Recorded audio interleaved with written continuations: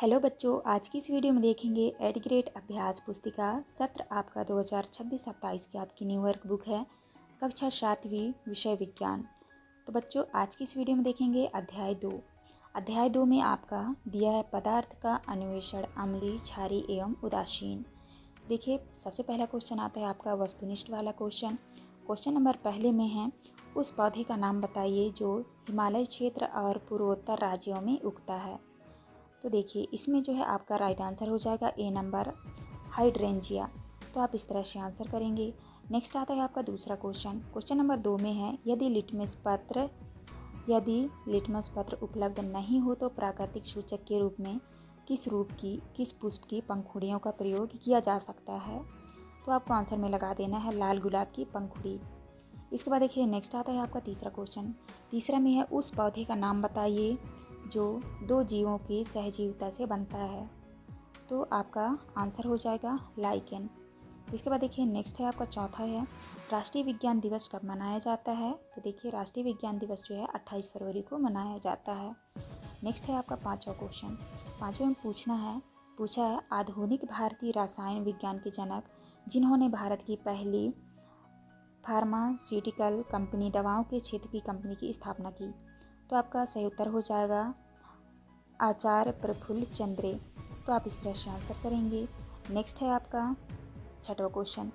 एक विलयन लाल लिटमस पत्र को नीला कर देता है, निम्न में से कौन सा विलयन अत्यधिक मात्रा में मिलाने पर परिवर्तित को उत्क्रमित कर देगा। तो आपका आंसर हो जाएगा सी नंबर सिरका। तो आप इस तरह से विकल्प वाले क्वेश्चन के आंसर करेंगे। इसके बाद देखिए यहाँ से आपके स्टार्ट हो जाते हैं रिक्त स्थान वाले क्वेश्चन। क्वेश्चन नंबर पहले में है अम्ल एवं क्षार एक दूसरे को उदासीन करके ऊष्मा के उत्सर्जन के साथ लवण व पानी बनाते हैं। तो यहाँ पे आपको भरना है लवण व पानी।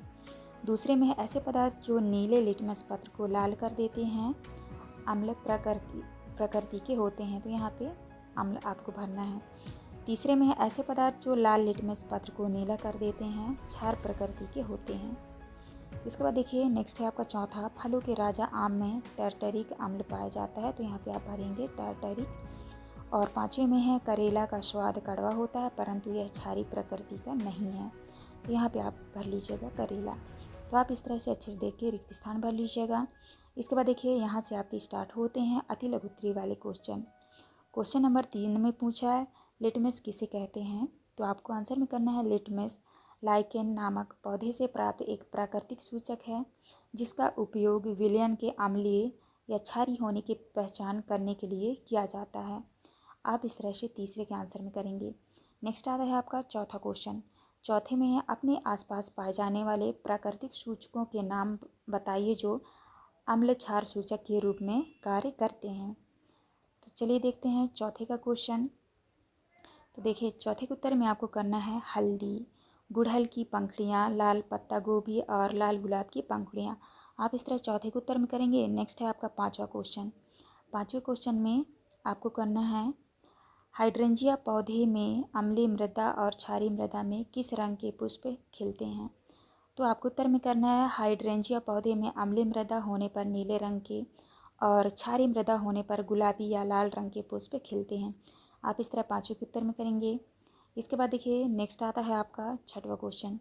क्वेश्चन नंबर छठवें में है अम्ल प्लस क्षार बराबर लवण प्लस जल ऊष्मा दी गई अभिक्रियाओं को पहचान कर परिभाषित कीजिए। तो आपको उत्तर में करना है यह उदासीनीकरण अभिक्रिया है। इसमें अम्ल और क्षार मिलकर एक दूसरे के प्रभाव को नष्ट कर देते हैं तथा परिणाम स्वरूप लवण जल और ऊष्मा बनाते हैं। आप इस तरह से छठवें के आंसर में करेंगे। इसके बाद देखिए यहाँ से आपके स्टार्ट हो जाते हैं दीर्घ उत्तरीय वाले क्वेश्चन। क्वेश्चन नंबर 7 में है नींबू के रस के विलयन में नीले लिटमस विलयन की कुछ बूंदें डालने पर विलयन का रंग लाल हो जाता है। अब इसी विलयन में चूने का विलयन मिलाया जाए तो क्या होगा और क्यों। तो आपको आंसर में करना है विलयन का रंग पुनः नीला हो जाएगा। चूने का पानी क्षार नींबू के रस अम्ल को उदासीन कर देगा जिससे क्षारीय प्रभाव के कारण लाल रंग वापस नीला हो जाएगा। आप इस तरह से सातवें के आंसर में करेंगे। इसके बाद देखिए नेक्स्ट आता है आपका आठवां क्वेश्चन। क्वेश्चन नंबर 8वें में है अविश्चन जो कि औद्योगिक पौधों के समीप रहता है ने अपने दोस्त को बताया कि पास की झील में मछलियों की संख्या दिन प्रतिदिन कम हो रही है, इसका क्या कारण है? आपके अनुसार मछलियों को बचाने के लिए क्या उपयोग किए जा सकते हैं? आपको उत्तर में करना है, देखिए कारण में आपको लिखना है औद्योगिक कचरे के कारण झील का पानी अत्यधिक अम्लीय व क्षारीय विषैला हो गया है। और उपयोग में आपको करना है पानी की अम्लता दूर करने और उदासीन करने के लिए उसमें उचित मात्रा में चूना क्षारीय पदार्थें मिलाना चाहिए। आप इस तरह से 8वीं का उत्तर कंप्लीट करेंगे। इसके बाद देखिए नेक्स्ट आता है आपका 9वां क्वेश्चन। क्वेश्चन नंबर 9वां में देखिए यहाँ पे आपसे पूछा है कीर्ति की आँखों में पट्टी बंधी है, उसे 2 अज्ञात विलयन दिए गए हैं। कीर्ति का विलयन अम्लीय है या क्षारीय है की जांच करनी है और वह यह जानती है कि किसी भी अज्ञात विलयन को स्वाद से पहचानना हानिकारक हो सकता है। तो कीर्ति को परीक्षण करने के लिए किस सूचक का उपयोग करना चाहिए और क्यों? तो आपको आंसर में करना है कीर्ति को लिटमस पेपर या हल्दी जैसे सूचकों का उपयोग करना चाहिए जो रंग बदलकर अम्ल या क्षार की पहचान कराते हैं। यह बिना चखे परीक्षण करने का सबसे सुरक्षित तरीका है। आप इस तरह से 9वें के आंसर में करेंगे। नेक्स्ट आता है आपका 10वां क्वेश्चन। लाल गुलाब का अर्क किसी अज्ञात द्रव को हरा कर देता है। इस अज्ञात द्रव की प्रकृति क्या होगी? जब इस द्रव में आंवले का रस अत्यधिक मात्रा में मिश्रित किया जाता है तो क्या होगा? आपको आंसर में करना है हरा रंग बताता है कि अज्ञात द्रव क्षारीय है। अधिक मात्रा में आंवले का रस अम्लीय मिलाने पर यह क्षार को उदासीन कर देगा, जिससे विलयन अम्लीय हो जाता है और रंग हरे से पुनः लाल गुलाबी हो जाएगा। तो आपको इस तरह से 10वीं के आंसर में करने हैं। नेक्स्ट आता है आपका 11 क्वेश्चन। चींटी के काटने पर दर्शवासक प्रभाव को कम कैसे किया जा सकता है? आपको उत्तर में करना है चींटी के डंक में फार्मिक अम्ल होता है। प्रभाव कम करने के लिए त्वचा पर नमी युक्त बेकिंग सोडा या कैलेमाइन लोशन रगड़ना चाहिए जो क्षारीय होते हैं और अम्ल को उदासीन कर देते हैं। तो आप इस तरह से 11वीं के उत्तर में करेंगे। नेक्स्ट आता है आपका 12वां क्वेश्चन। 12वें क्वेश्चन में है यहाँ पे प्राण सूचक को प्रभाषित करते हुए 2 उदाहरण लिखिए। तो आपको उत्तर में करना है जिन पदार्थों की गंध अम्लीय या क्षारीय माध्यम में बदल जाता है उन्हें प्राण सूचक कहते हैं। उदाहरण है आपका प्याज का रस और दूसरा उदाहरण है लौंग का तेल। आप इस तरह से 12वीं के आंसर कंप्लीट करेंगे। यहाँ से आपका स्टार्ट हो जाता है दीर्घोत्तरी वाला क्वेश्चन। क्वेश्चन नंबर 13 में है निम्न बिंदुओं के आधार पर अम्ल एवं क्षार में अंतर स्पष्ट कीजिए। तो देखिए यहाँ पे आपको अम्ल एवं क्षार में आपको अंतर स्पष्ट करने हैं। तो यहाँ पे आपकी विशेषता हैं। तो अम्ल एवं क्षार में तो आपको यहाँ पे लिखना है ये स्वाद में खट्टे होते हैं और यहाँ पे है ये स्वाद में कड़वे तीखे होते हैं और इसका पीएच मान 7 से कम होता है। और यहाँ पे क्षार में आपको लिखना है इसका पीएच मान 7 से अधिक होता है। और यहाँ पे देखिए लिटमस पेपर में अम्ल में क्या होता है ये लिटमस पेपर को लाल कर देते हैं और क्षार जो है ये लाल लिटमस पेपर को नीला कर देते हैं। और धातुओं के साथ क्रिया तो यहाँ पे अम्ल में आपको लिखना है ये धातुओं से क्रिया करके हाइड्रोजन गैस निकालते हैं और क्षार में ये सामान्यतः धातुओं के साथ क्रिया नहीं करती। और हल्दी पत्र के साथ क्रिया इनका हल्दी पत्र पर कोई प्रभाव नहीं पड़ता, पीला ही रहता है। और क्षार में आपको लिखना है ये हल्दी पत्र के रंग को लाल भूरा कर देते हैं। तो आप इस तरह से अम्ल एवं क्षार में आपको इस तरह से अंतर करने हैं। तो आप लिख लीजिएगा अच्छे से देख के। नेक्स्ट आता है आपका 14 क्वेश्चन। किसान द्वारा कृषि विज्ञान से पूछा गया कि मेरे खेत की फसल भली भांति वृद्धि नहीं कर रही है। कृषि वैज्ञानिक द्वारा फसल का अच्छा उत्पादन न होने का क्या कारण बताया होगा? फसल उत्पादन बढ़ाने के लिए मृदा उपचार हेतु क्या सुझाव दिए गए होंगे?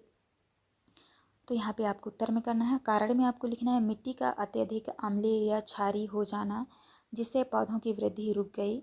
और सुझाव में आपको लिखना है वैज्ञानिक ने अम्लीय मिट्टी में बुझा हुआ चूना और क्षारीय मिट्टी में जैविक खाद कंपोस्ट मिलाने का सुझाव दिया होगा। आप इस तरह से चौथे के उत्तर में करेंगे। नेक्स्ट आता है आपका 15वां क्वेश्चन। कुछ सामान्य खाद्य पदार्थों के नाम दिए गए हैं, इनमें पाए जाने वाले अम्लों के नाम लिखिए। तो देखिए यहाँ पे खाद्य पदार्थों के नाम दिए गए हैं और यहाँ पे अम्ल आपको लिखने हैं। खाद्य पदार्थों में आपका पहला है खरबूजा, एस्कॉर्बिक अम्ल और साइट्रिक अम्ल। इसके बाद है आंवला, आंवला में होता है एस्कॉर्बिक अम्ल, संतरा में होता है साइट्रिक अम्ल, और टमाटर में ऑक्जेलिक अम्ल, और आम में होता है टर्टरिक अम्ल, और इमली में भी टर्टरिक अम्ल होता है, और नींबू में साइट्रिक अम्ल होता है, और सिरका में एसिटिक अम्ल, अमरूद में एस्कॉर्बिक अम्ल, और फिर देखिए पालक में होता है ऑक्जेलिक अम्ल। तो इस तरह से आपको 15 के आंसर में करने हैं। नेक्स्ट आता है आपका क्वेश्चन नंबर 16। क्वेश्चन नंबर 16 में है आपको 3 द्रव्य दिए गए हैं, एक सिरका द्वारा बेकिंग सोडा का विलयन और तीसरा शक्कर का विलयन। क्या आप मात्र हल्दी पत्र का उपयोग करके उन्हें पहचान सकते हैं? व्याख्या कीजिए। आपको उत्तर में कहना है जो विलयन हल्दी पत्र को लाल भूरा कर दे वह बेकिंग सोडा क्षार है। अब इस लाल भूरे हल्दी पत्र को जो विलयन वापस पीला कर दे वह सिरका अम्ल है। आप इस तरह करेंगे, जिसका हल्दी पर कोई प्रभाव ना पड़े, पीला ही रहे, वह शक्कर का विलयन उदासीन है। आप इस तरह से 16 के आंसर में करेंगे। नेक्स्ट आता है आपका 17, कारण बताइए। देखिए पहला क्वेश्चन पूछा है हल्दी को स्वर्णिम मसाला क्यों कहा जाता है? आपको उत्तर में करना है हल्दी अपने सुनहरे पीले रंग, भोजन में स्वाद, औषधीय गुणों, एंटी बैक्टीरियल और एक प्राकृतिक सूचक के रूप में कार्य करने के अद्भुत गुणों के कारण स्वर्णिम मसाला कहलाती है। इसके बाद देखिए दूसरे पॉइंट में पूछा है हल्दी लगी शर्ट को साबुन से धोने पर उसका रंग बदल जाता है, इसका क्या कारण हो सकता है? आपको उत्तर में कहना है साबुन की प्रकृति क्षारीय होती है। हल्दी प्राकृतिक सूचक क्षार के संपर्क में आने पर रासायनिक प्रतिक्रिया करती है, जिससे उसका पीला रंग लाल भूरे रंग में बदल जाता है। आप इस तरह से दूसरे पॉइंट के आंसर में करेंगे।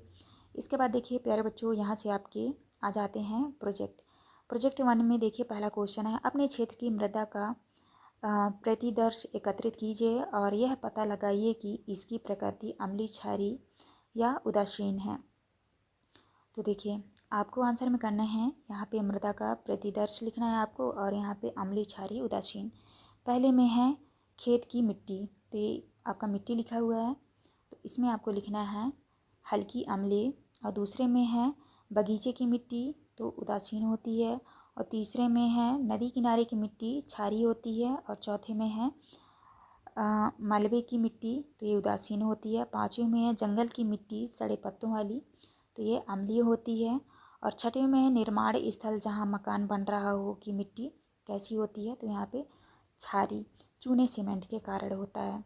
और सातवें में है बंजर ऊसर भूमि की मिट्टी, कैसी होती है? तो क्षारीय होती है। और खेत के मैदान की मिट्टी तो उदासीन होती है। तो आप इस तरह से प्रोजेक्ट 1 के आंसर में करेंगे। नेक्स्ट पॉइंट में देखिए पूछा है पता लगाइए पुराने समय में किसान मृदा के अम्लीय और क्षारीय प्रकृति को कम करने के लिए क्या उपाय अपनाते थे? आपको उत्तर में करना है पुराने समय में किसान मिट्टी की अम्लता कम करने के लिए लकड़ी की राख या चूने का प्रयोग करते थे, और क्षारीयता कम करने के लिए गोबर की खाद व सड़े गले पत्तों का उपयोग करते थे। इसके बाद देखिए नेक्स्ट है आपका तीसरा पॉइंट। तीसरे में आपसे पूछा है अम्लीय या क्षारीय प्रकृति कम करने के लिए उपाय लिखिए। तो देखिए पहला उपाय है अम्लीय मिट्टी में बुझा चूना या बिना बुझा मिलाना चाहिए। और दूसरे में क्षारीय मिट्टी में कंपोस्ट जैविक खाद मिलाना चाहिए। तीसरे में क्षारीय मिट्टी के उपचार के लिए जिप्सम का उपयोग किया जाता है। चौथे में है खेतों में हरी खाद का उपयोग करना। और पाँचवें में उचित फसल चक्र अपनाना। तो आप इस तरह से थर्ड पॉइंट के आंसर में करेंगे। इसके बाद देखिए नेक्स्ट यहाँ से आपका स्टार्ट होता है प्रोजेक्ट दूसरा में देखिए यहाँ पे आपको लिखना है जल का स्रोत, जल की प्रकृति अम्लीय, क्षारीय, उदासीन, और यहाँ पे आपको लिखना है पीएच मान। तो देखिए पहले में है नल का जल कैसा होता है? उदासीन, इसका पीएच मान होता है 7.0। और दूसरे में है वर्षा का जल, इसका ये होता है अम्लीय, हल्का, और इसका पीएच मान होता है 5.6। और यहाँ पे कुएं हैंडपम्प का जल, तो ये उदासीन होता है, इसका पीएच मान होता है 7.0 से 7.2। और तालाब नदी का जल, तो ये क्षारीय होता है, इसका पीएच मान होता है 7.5। और कारखाने के नाले का जल या गंदा पानी, ये अम्लीय होता है, इसका पीएच मान होता है 5.0 से 5.5। तो आप इस तरह से प्रोजेक्ट कार सेकंड के आंसर में पहले में करेंगे। इसके बाद देखिए नेक्स्ट पॉइंट में पूछा है अम्लीय या क्षारीय जल के सेवन से होने वाले नुकसान लिखिए। तो आपको उत्तर में करना है अत्यधिक अम्लीय जल पीने से दांतों का इमेनल खराब हुआ, पेट में अल्सर हो सकता है। अत्यधिक क्षारीय जल पाचन तंत्र को कमज़ोर करता है और त्वचा संबंधी रोग उत्पन्न कर सकता है। नेक्स्ट है आपका पानी के अम्लता व क्षारीय प्रकृति को उदासीन करने के लिए उपयोग लिखिए। तो पहला उपयोग है अम्लता दूर करने के लिए पानी में चूना या वॉशिंग सोडा मिलाना चाहिए। दूसरे में है क्षारीयता दूर करने के लिए फिटकरी का प्रयोग किया जाता है। और तीसरे में है पीने के पानी के लिए आरओ रिवर्स ऑस्मोसिस का उपयोग किया जाता है। और चौथे में है जल शोधन संयंत्रों में न्यूट्रलाइजेशन रसायनों का उपयोग होता है। और पाँचवें में पानी को उबालना अस्थायी क्षारीयता के लिए होता है। तो आप इस तरह से तीसरे का आंसर में करेंगे। इसके बाद देखिए नेक्स्ट आता है आपका चौथा, पानी के पीएच मान में परिवर्तन उस क्षेत्र के जीवों को कैसे प्रभावित करता है। आपको उत्तर में करना है जलीय जीव एक निश्चित पीएच 6.5 से 8.5 में ही जीवित रहते हैं। अत्यधिक अम्लीय या क्षारीय होने पर जीवों के अंडे नष्ट हो जाते हैं व गलफड़ों को नुकसान पहुंचता है और उनकी मृत्यु हो जाती है। तो आप इस तरह से चौथे के आंसर में करेंगे। तो प्यारे बच्चों, यहाँ पे जो हमारी वीडियो कंप्लीट होती है, इस वीडियो में जो हमने सारे क्वेश्चन के अच्छे से आंसर करा दिए हैं। आप अच्छे से देखिए अपनी वर्कबुक में कर लीजिएगा और चैनल में नहीं है तो चैनल ज़रूर सब्सक्राइब करके जाइएगा, जैसे कि आने वाली हर एक वीडियो को नोटिफिकेशन आपको सबसे पहले मिल सके। तो चलिए मिलते हैं अब नेक्स्ट वीडियो में।